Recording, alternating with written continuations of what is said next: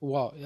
V Sloveniji to obstaja kakšna ta organizacija, ki bi združila nekako te šole, ali so to samo na globalni ravni?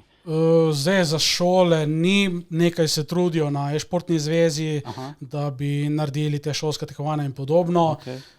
Imamo teh pač raznih klubov, seveda Diamant je tisti glavni, ki stopa med vsemi, ter sedaj še dva preostali, ki se nekako borijo za obstoj, bi lahko tako rekel, ampak upam, da se bo zdaj kaj spremenilo, glede na to, kako se vse v e-športu svetovno spreminja. No? Ja, ok, globalno se spreminja, ne? Ampak ko sem nazadnje pogledal, ali je dejansko naša šolska organizacija, kdorkoli ima pač čez sestavo kurikuluma, ne? Na srednjih šolah, ko so dali predlog za dodajanje, ne vem, gaminga kot dodatnega izbirnega predmeta, so bili vsi ti stara garda so bili proti, because, you know, kids, ne razumejo, kaj točno je to. Kids are gonna get obsessed. Ja, tako da nekako dvomim, da bomo mi kdaj v bližnji prihodnosti imeli šolska tekmovanja. Se mi zdi, da bomo vedno nekako odvisni od neprofitnih društev, kot je bilo tvoje društvo, LOL Slovenija, kot so bila potem nadaljna društva, v katerih si sodeloval, ki bodo mogli svojo finančno sliko v bistvu upravičiti te turnirje. Nekako dvomim, da bodo javni razpisi ali pa javni proračun kdaj del tega razvoja. Ja, kaj veš, mogoče bo kdo prišel pa začel kaj delati. Zdi se mi, da bomo rabili narediti rekonstrukcijo generacij, kjer bo mentaliteta do e-športa nekako manj, to je nekaj, kar otroke obsede, pa jih ločuje od akademskega dela, ampak bo nekako videli to kot samo dodatek, kot nekako združitev. To bo postalo akademsko delo. Ja.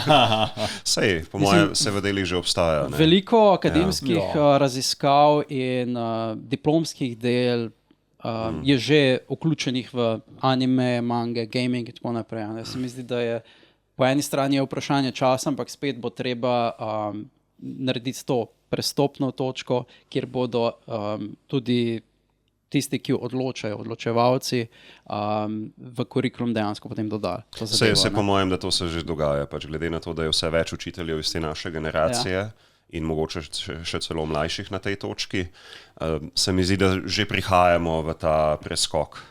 Jaz upam, verjamem, da individualno je neka prerogativa, da se to spremeni. Potem pa je vprašanje, koliko ti v bistvu šolski sistem dovoljuje, da to upelješ v izobraževanje. Ali dejansko, ali imaš ti dejansko pravico to dodati v kurikulum, ne vem, da narediš posebej, rečeš, danes bomo delali seminarske naloge na podlagi gaminga or something. Ali pa veš, vsaj izbirni predmet. Ker enega prijatelja poznam, ki je na primer D&D upelil kot izbirni predmet. Ja, Mihec! Ne, Luka. Luka. Okay.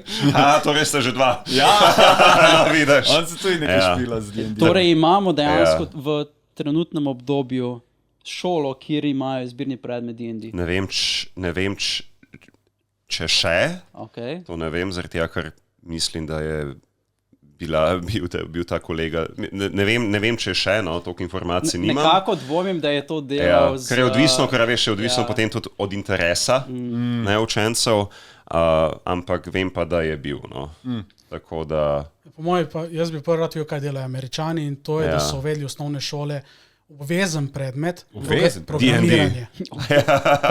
Mislim, da programiranje je ena vstopna točka potem za gaming in vse ostalo, kar tudi Hrvati zdaj razmišljajo, ko bojo zgradili ta velik šolski oziroma gaming center pri njih, da bo nekako učil ljudi, kako programirati, ker če pogledaš danes, programiranje bo klic prihodnosti in pač to boš mogel znati, če ne znaš, boš zelo težko dobil šiht, ker to pač vse je digitalno in vsaj osnove bo mogel vsako vladati malo. Mislim, že danes je kar pomembno, če hočeš karkoli v življenju storiti. Vsaj da razumeš,